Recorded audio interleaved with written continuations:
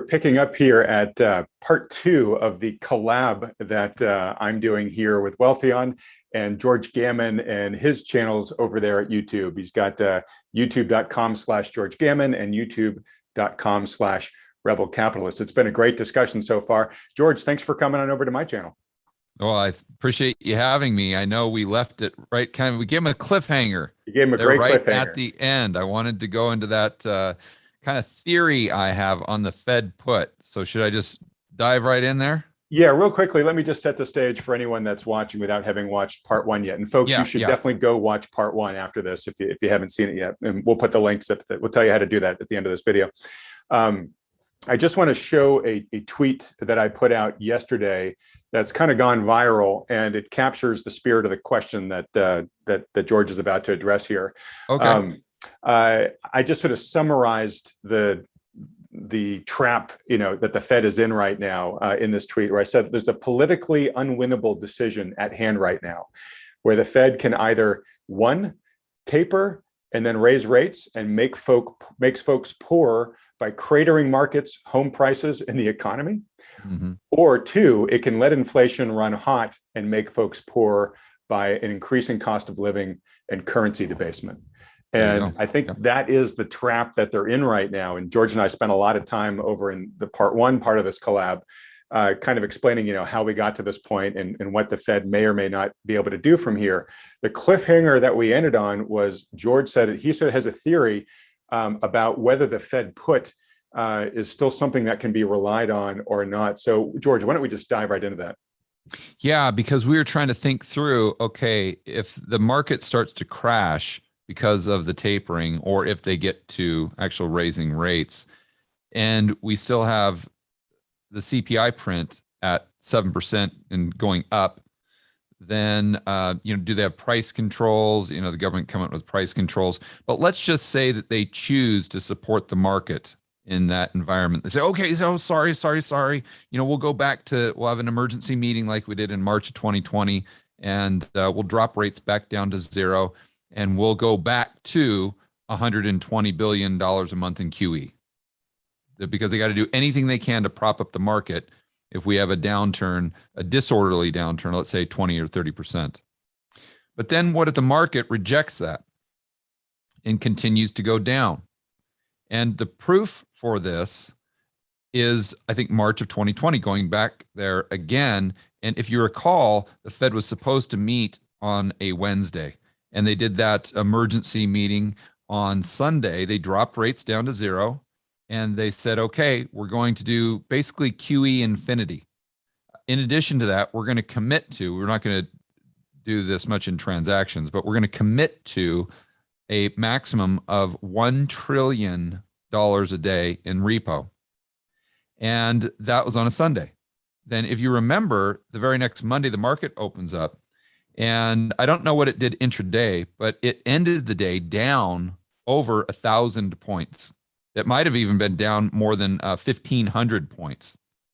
So, and it didn't get better. So in my mind, this was kind of like the market saying, okay, the Fed put has expired. We're done. You can do all the QE you want. You can do all of your fancy interest rates. We don't care. Do Operation Twist. It doesn't matter anymore. We're going to continue to go down. So what did make the market go back up, at least from a timing standpoint? Whether it was correlation, causation, who knows? When the market started to go back up is when they came out with the CARES Act. When the government announced that they were going to do whatever it was, let's say $4 or $5 trillion of stimulus spending, which of course is deficit spending. That's when the market rebounded and started to go up to the all-time highs that we have seen lately. So my theory there is that the Fed put has expired and we've transitioned into a government put. So let's look at that through the lens of what we we're just talking about. The Fed comes in, they can't raise rates, they choose the quantitative easing and whatnot. The market continues to go down. And then the government has to come in and say, okay, we'll do another stimulus. We'll do a $5 trillion, $6 trillion stimulus. But remember, we've got high inflation. So then the people say, no, you can't do that stimulus because I don't want my grocery bill to double. like it did during 2020. So then I think that increases the probability of what we were talking about earlier, where the government comes in with 1970s style price control. So basically they're stimulating the market by getting out stimmy checks and PPP or UBI or whatever, but then they're trying to really micromanage it by saying, okay, we're going to give you all this money, but we're not going to allow producers to raise the price above a certain level. So then what happens, as you know, but for the viewers who don't geek out on economic stuff, what would happen is we would have even more or bigger supply shortages than we're already seeing. Because when you get price controls, you're just going to get less stuff. And so, how does that play out? And maybe I'd like to get your feedback on that. We're in the 1970s, we had price controls, which led to shortages, but we didn't start from a standpoint of shortages. What happens now when our starting point for price controls, we're seeing shortages to the extent to which we're seeing them today? Meaning you go down to your local grocery store and 10 or 20% of the shelves are already barren. You go to your local car dealership and there's no cars or there's very few cars. So how does that play out? I'd like to get your thoughts there. Sure. Well, I think we can see directly how it plays out because we can just look at Turkey, right? Turkey's kind of going through exactly this right now, where their currency is devalued versus the dollar by, I think, 50% over the past year. Yeah. And have they come out with price controls? Yeah. I think Erdogan's called for price controls. Really? Right? Of course, okay. Anybody that, has lived in Argentina, can tell us exactly what it's like down there because they've lived through several waves of this. Right. So I'm really glad you brought this up, the fiscal side as well, because that really is, I think, what stoked the inflation that we're seeing right now. You talk to guys like Lacey Hunt and kind of pre COVID. I mean, even after COVID, Lacey was saying, look, my money's still on deflation. And it was sort of the Fed can print as much as it wants. But if that money is not getting out into the real world, if the velocity of money is dropping and it's been dropping like a stone, it doesn't necessarily juice the economy the way that the Fed is hoping that it will. But fiscal stimulus is very different, right? That money gets out into the real economy and it has a highly inflationary result. So, to your point, if Congress could do that, and right now, I think what's material about 2022 is right now, at least looking at both the Fed and at Congress, the Fed is actually turning off the liquidity spigot, right? I mean, they're saying we're going to zero, right? Congress is fighting to get the next social spending bill done and having lots of trouble, getting the majority that needs to get it passed. Yep. Will they? Maybe they will, maybe they won't, but it's not the environment it was back in 2020, like you said, where, they were approving multiple trillion deals right and left, right? So we're seeing a tightening of both liquidity spigots right now. And, if that continues, then we go back to what I was talking about in part one, which is all of that liquidity has been supporting today's asset prices. And we could see a huge contraction in the market just simply by reducing stimulus, let alone even getting to tightening, right? So the scary thing though there, Adam, is deflation in asset prices while we have consumer price inflation. Exactly. So your stock portfolio is down by 50%, but your groceries are up by 50%. Right. And I think that's the most highly probable scenario that we have coming out of this. Yeah. That's what I do fear most. And I'm sorry, I'm just trying to get back to your question there, though, about, if the government steps in and tries to put in price controls and whatnot. While they're trying to, quote unquote, stimulate the economy by stimmy checks and UBI and whatever. They're trying to get money, more dollars out in circulation to prop up the stock market and the economy, while at the same time they're trying to keep prices low. Right. And I feel that the end result of this is very predictable, which is that it's not going to work. And we probably will see what you just said, where we'll see continued higher cost of living, but we may very well see depreciation or deflation in asset prices, which is kind of the worst case scenario for me. But I do want to underscore that it's complicated by a couple of factors. Absolutely, price controls will lead to outages the way that you talked about. A lot of the outages that are, we're seeing right now are caused more by supply chain issues than just the type of government intervention that you're talking about. So we might see an improvement and then fall back. We might solve the supply chain outage issues, but then fall back into the government control, managed economy control issues. The other issue here that is it complicates things, which is we were talking about in part one, kind of the role of the Fed and whatnot. And what needs to shift is the national perspective on sentiment on the Fed. Right now, people are souring on the Biden administration and beginning to, make all this a political headache for him. But people still view the Fed pretty favorably.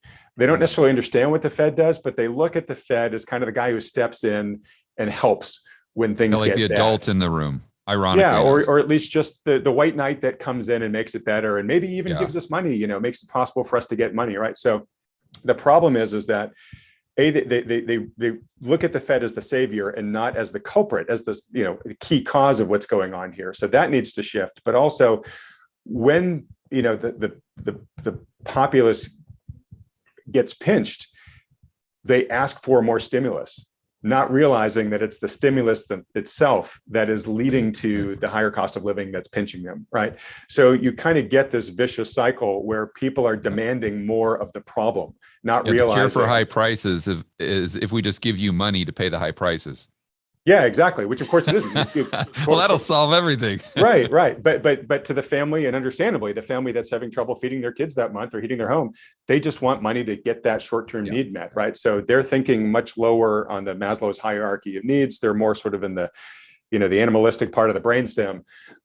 So we're going to need to have some sort of national awareness of what's actually causing this problem before I think the right types of reform are taken. And sadly, that might mean that things need to get painful enough that people, take the time and the energy to really focus on what's going on here. As a populace, we have completely abdicated economic and financial management of this country to a small group of people, many of them who get very, very rich off this system in ways that people just don't understand. And because we tell ourselves that math is hard and these people are smart. Right. At some point, we as a people are going to need to pull back our agency in this story and get educated enough to know what to specifically demand. Yes. And that brings us back to where our discussion started. And that's, what does the average person do? And kind of my theme throughout the last week on my videos with the Rebel Capitalist channel is, and I hate to say this because it sounds like I'm being such a defeatist, but I want to be a realist at the same time. And I've tried to tell people that I think we're just at a point where all we have are bad options as investors. That's it. So you can't try to figure out what's a quote unquote good investment, because there are none. The only thing you have to do is try to figure out what's the least bad investment. And now that said, I think there could be some quote unquote good investments, but you got to get offshore. You got to look at, I think Russia's interesting. There's some investment opportunities in Africa that I think are interesting. But if you're just looking at the S&P 500 and bonds and gold and silver, and I would go so far as even to say Bitcoin, there's going into this environment, there's nothing that's a good investment, and not even Bitcoin, because if someone says, well, if everything crashes down, everyone's going to go into Bitcoin, maybe eventually, but not initially, because I think that Bitcoin is on the balance sheet of so many of these hedge funds that philosophically don't care about Bitcoin. They just want to make money. But they also, in a downturn, they would need liquidity. And as a student of financial history, you know that when we have a big downturn in the stock market, like the GFC, what sells off? Gold. You dump anything that's retaining its value, right? So anything where there's a bid. So if you got a bid, you're going to sell it because you have to have that liquidity. And that's exactly what we saw after Lehman Brothers. Now, what ends up happening is, because of the policies that are enacted by the central planners, then gold rebounds and goes, and that's most likely what we'd see in Bitcoin as well. But it's definitely not a straight, from the lower left to the upper right with the price of Bitcoin in that environment, because it's heavy duty risk off. And then I'd also point out that going back to our wonky discussion, that the Eurodollar future curve did invert. And I won't go into the explanation of what it is, but the bottom line is it's very similar to the inversion on the Treasury yield curve. And for those of your viewers who might be a little more sophisticated, they know that when that yield curve inverts, the Treasury yield curve, there's a 90% plus chance that we get a recession in the next, call it, year and a half or so. I mean, you just go back to the 1940s, look at a chart, and every single time that thing inverts, we get a recession. And it's a similar outcome with the Eurodollar market. But what the Eurodollar future curve tells us is that the global economy is going to have big, big problems. At the very least, we're going to see a lot less economic activity globally. And I do think that it's interesting that the Eurodollar future curve started to invert when all of these, or not all, but a lot of these European countries came out with their new round of, let's just call them restrictions, lockdowns, etc. I think the Eurodollar, that's smart money. That's pretty much the smartest money in the world. I think they saw that and they're saying, okay, that's definitely going to be what we're going to have to deal with for the next, let's say, 2 years globally. And that means less goods and services are going to be produced, less economic activity. And oddly enough, to layer this over the top of the rest of our conversation, that means that there's going to be a dollar shortage, or at least a dollar cash flow shortage outside of the United States, while at the same time, inside the United States, there could be an abundance of dollars chasing goods and services. Right. You can have the dollar depreciating in purchasing power inside the US, but still strengthening versus the rest of the world currencies. Correct. Yeah. For folks that want to try to wrap their brains around what George was just talking about there with the dollar, I interviewed Brent Johnson, who George just said he was traveling with recently. He has a theory called the dollar milkshake theory, which really goes into detail in explaining this. It's very important to understand. If you haven't watched the video, I'll put up a link to it right here. But yeah, George, what's concerning about that is not only is the inverting curve predicting recession, and it very well could be what could be responsible for it. The trigger could be these tightening labor controls because of the pandemic in these countries.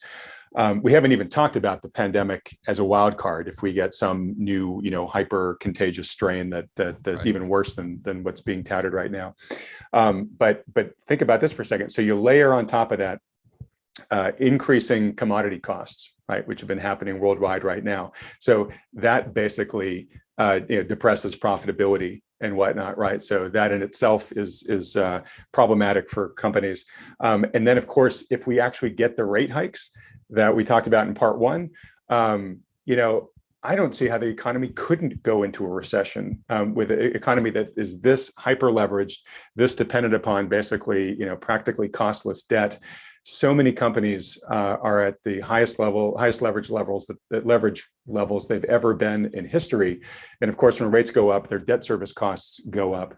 So, we could really have a perfect storm of recessionary factors converging here all at one time.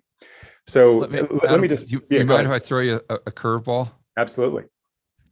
I agree with the premise of what you've been saying. I think the Fed raises rates, the market goes down. But I think there's an interesting theory that Brent was talking to me about the other night when I had dinner with him in San Juan.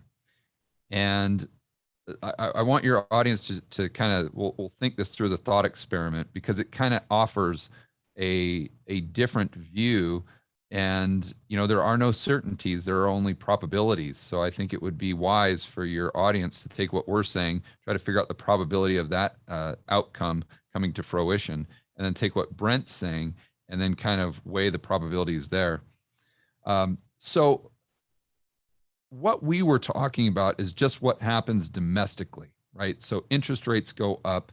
That means stocks most likely go down, PE compresses, and then there's this rotation from growth stocks into value, and those growth stocks have been been really driving the market overall.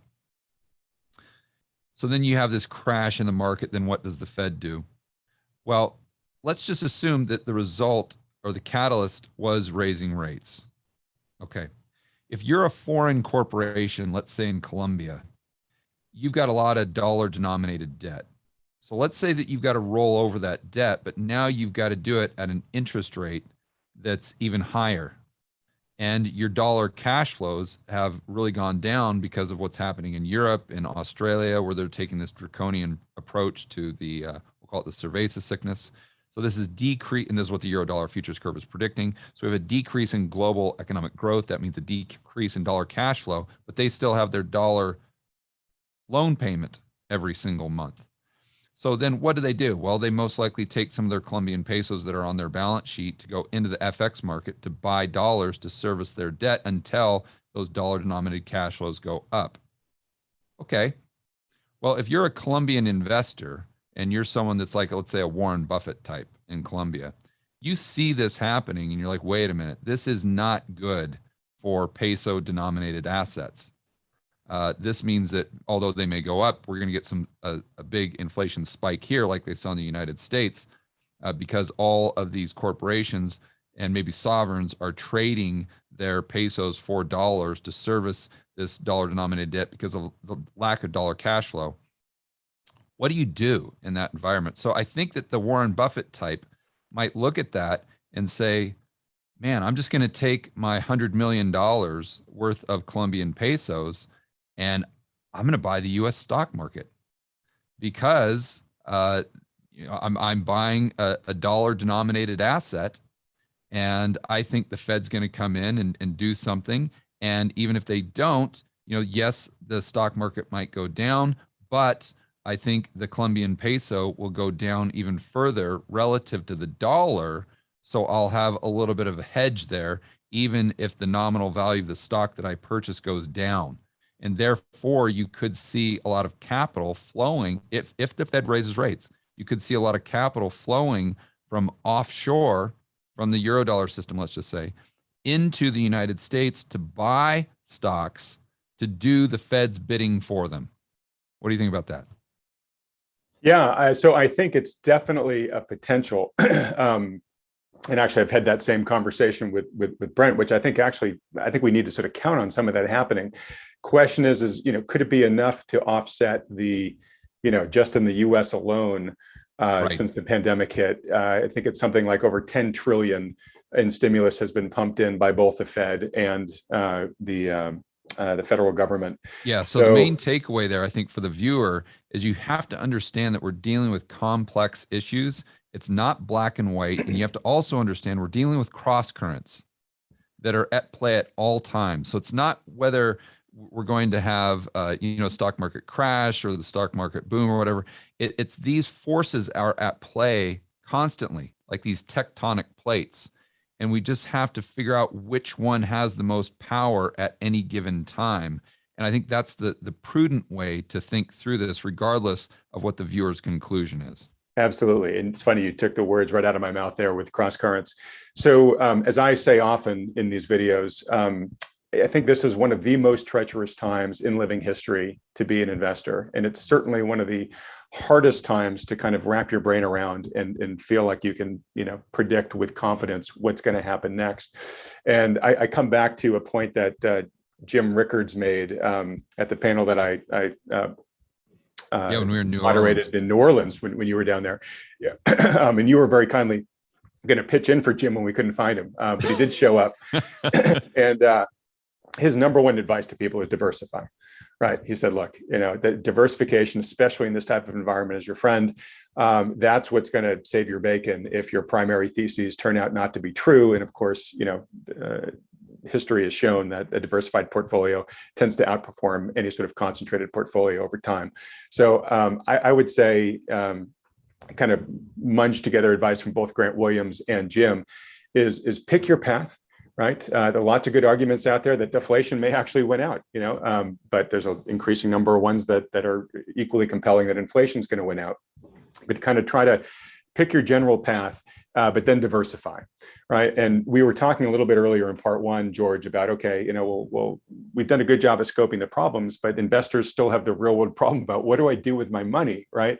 And you were kind enough to call me an expert. I am not an investing expert per se. I feel like, if anything, I'm sort of an expert of experts, many in the way that you are, where I know a lot of the people out there who are extremely smart on these issues, and a big part of Wealthion and your channels is bringing that in front of people.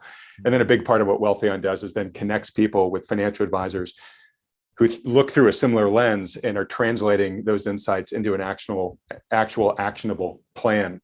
Right. And given everything that's going on right now, I do think that the number one thing to focus on is risk management. It's Agreed. not a time. It's not an environment where you're trying to swing for the fences here, because as you and I talked about, there's so many risks out there, and it's just so murky because of these cross currents. I think you really, at this point in time, capital preservation outweighs reaching for growth. And I'm just going to list a couple of what I consider to be sort of best practices, having talked with a bunch of smart people. And if you want to add anything to this, George, I think the audience would be really appreciative of that. Again, this was taken from Grant's interview last week. The assets that have benefited most up until now are highly likely not to be the ones that are going to benefit going forward. So, expect to see sort of a change in regime in terms of which asset classes are going to be outperforming. You and I spent a lot of time talking about inflation, and from an economic standpoint, at least, you gotta figure out how to protect against it. And you and I were talking about finding investments that give a yield, and ideally give an inflation adjusting yield. And that can be income producing real estate, it can be tips, it can be deep value stocks that are priced reasonably that issue dividends. It even can be T-bills.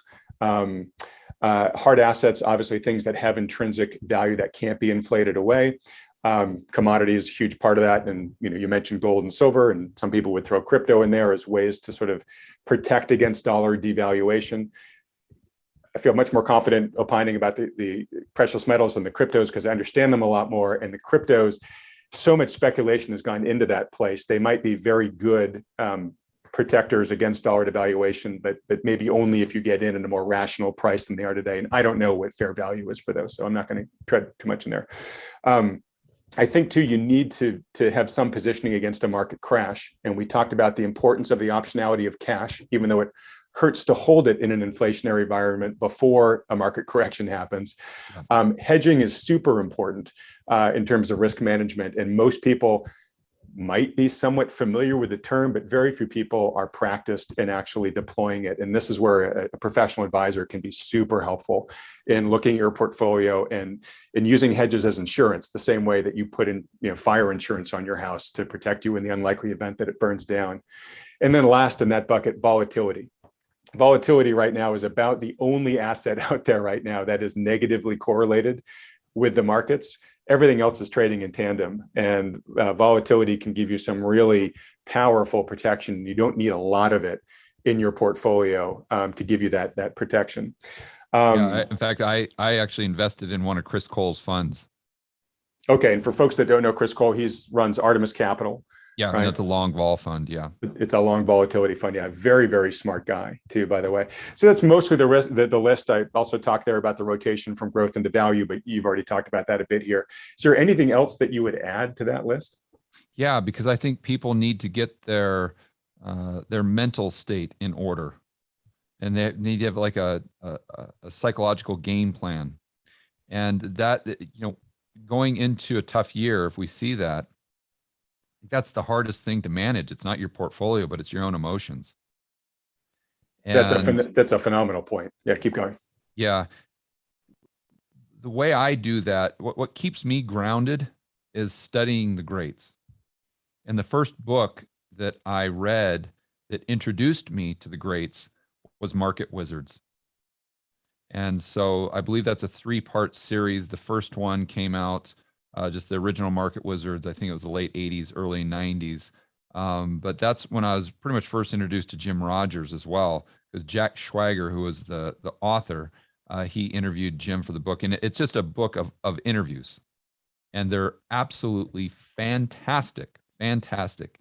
And you know, you talked about a tweet that you sent out earlier, and I tweeted something a couple days ago because I saw this ad on social media that featured Matt Damon, and it was for crypto.com, and it said fortune favors the bold, or the brave, excuse me. Fortune favors the brave. And I said, listen, I've studied the greats, and if you go back and read the Market Wizards books, you will find that brave was never a common denominator in their investment strategy. What was incredible risk management. That's what you find. That it doesn't matter whether you're Jim Rogers and you have a very kind of asymmetric long-term approach, or you're a Stan Druckenmiller, where you do multiple trades every single year and you're more on a 2 or 3 month time frame. It didn't matter whether you're an Ed Thorpe and you got your beginnings in blackjack.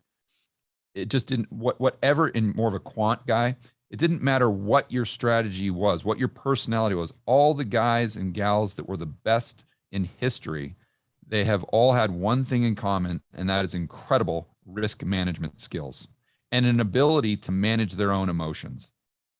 So I think that's key going into 2022. And to start, I think everyone should read those Market Wizards books to give them insight on how others that did it very well did it themselves.